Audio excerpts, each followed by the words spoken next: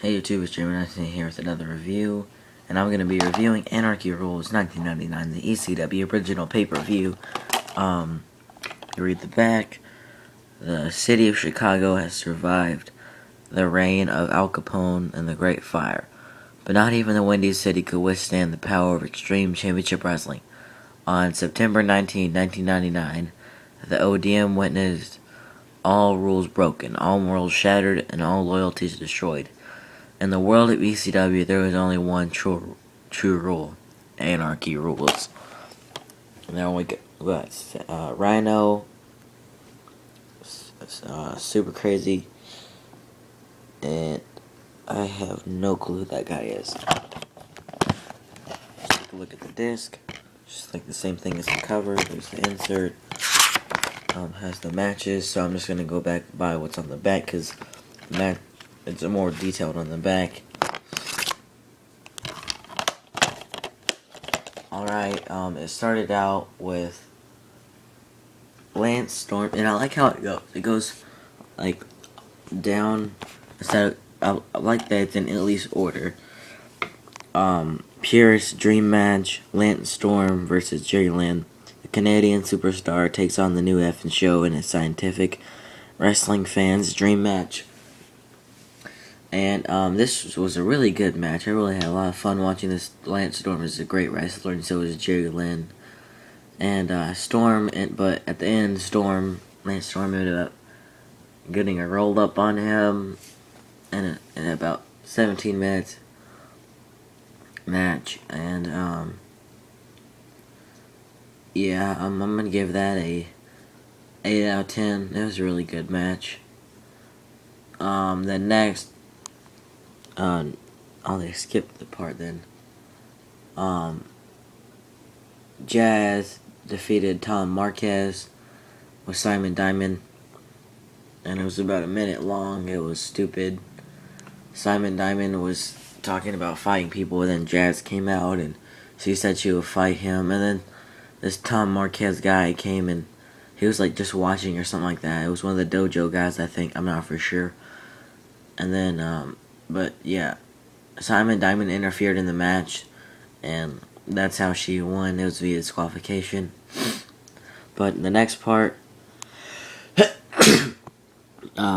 New Jack on the Warpath, Simon Diamond and I think his name was Tony DeVito versus Chris Chetty and Nova.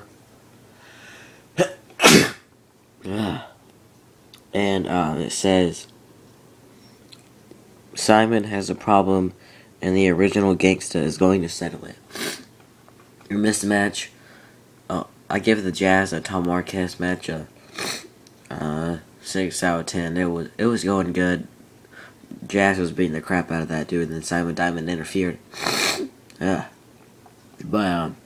and the Simon Diamond match and Simon Diamond and Tony DeVito versus Nova and Chris Chetty went to a no contest at about 4 minutes in, and because Danny Joy, Roadkill, and Angelica, aka Lita, I think that's what they said her name was, but I know Lita was out there, and then C.W. Anderson, Bill Wiles, Rod Price, they all came out. Everyone was just a big fighting thing, and then Sandman came out.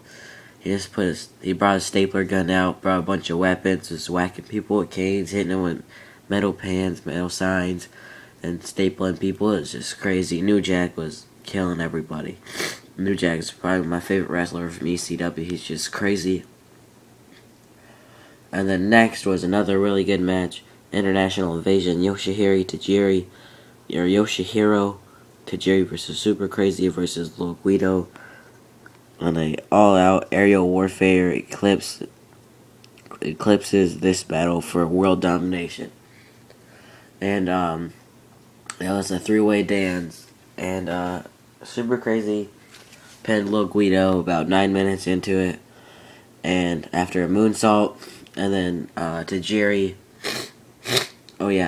Nova and Chris Chetty versus Simon Diamond and Tony DeVito. I give that a 9 out of 10. After what happened, it was just crazy. It was New Jack and all those people just brawling. But Tajiri ended up getting super crazy with the brain buster and getting the win at about 15 minutes. And in this match, Tajiri super crazy. No, not super crazy. Little Guido had super crazy in a what's it called? Camel clutch, and Tajiri was kicking him, and then he thought that Tajiri was with him, and then Tajiri ran back, and then ran back over, and then he kicked Little Guido. It was pretty funny, and I think it even went into the crowd at some parts. And then I give that match a 10 out of 10. It was a really good match. And then next was Just Incredible with Jason, whoever that is. The ban. Oh, let me read this. The ban is lifted. The whirlwind of destruction may have been banned by Anarchy Rulz, and Sabu is unleashed against his accuser. And Just Incredible was saying that Sabu, or he had a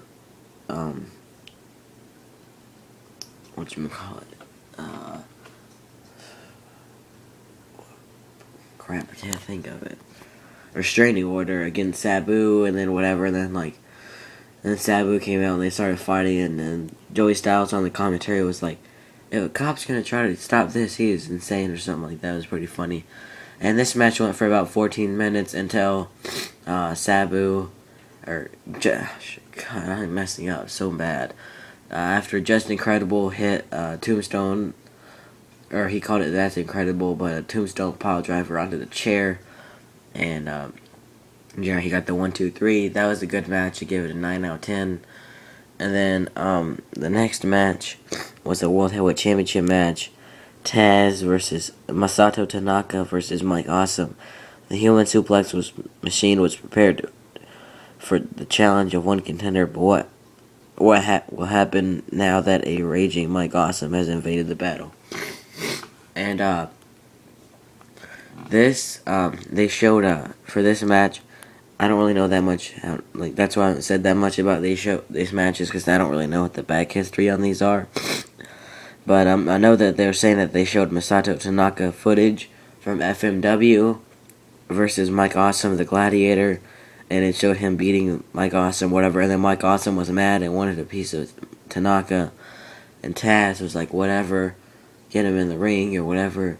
And they was just yelling at each other, cussing and stuff. It was pretty funny, but then 2 minutes into it, Taz got hit with an awesome splash, and Masato Tanaka and Mike Awesome pinned him, and I can't remember exactly what the awesome splash was. I think it was just like a big splash on the top rope, and then 2 minutes into it, Taz was eliminated, so that means he was a new WWE champion, or there was going to be a new ECW champion, and this was Taz's last night in ECW pay-per-view, or maybe even ECW.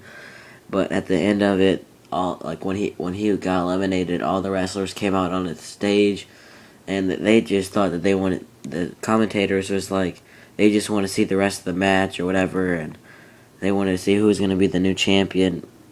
But it was like Taz's last night, and they're all giving him a hug or whatever, and telling him his goodbye because he was going to WWE, and then at about 14 minutes in, Tanaka, oh my god, I'm messing up so bad on the names. Mike Awesome hit an awesome bomb and through a table and got the pinfall after that. But these guys had an awesome match after Taz was eliminated. And at One Night Stand 05, these guys, they were my favorite match of the show at One Night Stand 05. And they fought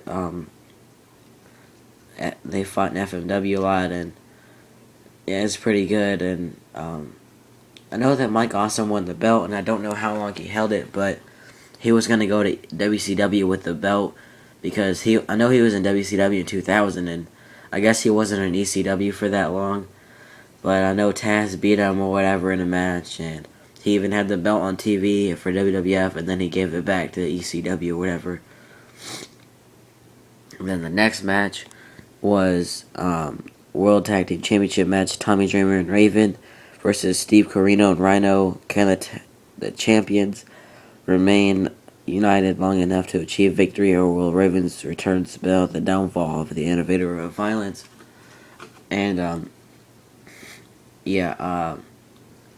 Raven came out with Francine or whatever. They came out with Francine, and but it was supposed to be the Insane Clown Posse, but they didn't show up. So it was Steve Corino, the guy from Omega, and he's in ROH now, and Rhino with Jack Victory, and he was in like a wheelchair, and he was acting like he was hurt, but they said he wasn't really hurt, and it was just all fake, that he was trying to fake or whatever. But yeah, and he ended like pushing the wheelchair really fast, and then he ended up getting hit in the head with the chair. It's pretty cool. Francine hit him with the chair. And after that, Tommy Dreamer hit DDT on him, and they got the pinfall, and they retained the titles. It was a pretty good match. Oh yeah, I forgot to do Sabu. I think I forgot to do Sabu, and just incredible. I give that 8.5.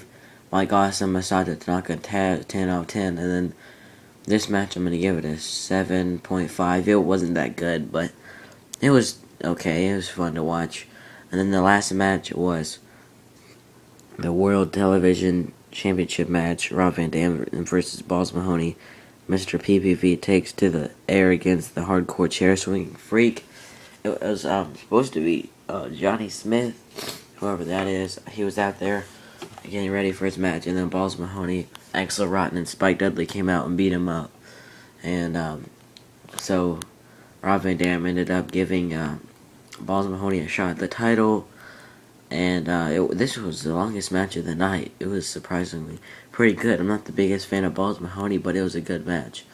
But Rob Van Dam ended up getting the 5-star frog splash, getting the win, and retaining his title. So, yeah, he had like the longest television championship reign. It went on for like over a year, I think a year, almost 2 years. But then he got hurt or something like that. But overall, this was a good show, but it is pretty expensive, and maybe you should try to get the tape or something at least. But I recommend to watch it. It was pretty good, or at least try to watch some of the matches on YouTube. But I forgot to give the Balls Mahoney and Rob Van Dam. I'm gonna give that a 8.5 out of 10. Overall, I'm gonna give this show a 8.5. It was a good show. Original ECW stuff. It was good stuff. But, yeah, I guess that's my review for Anarchy Rulz 1999. And that's about it. Don't forget to comment and subscribe. Bye.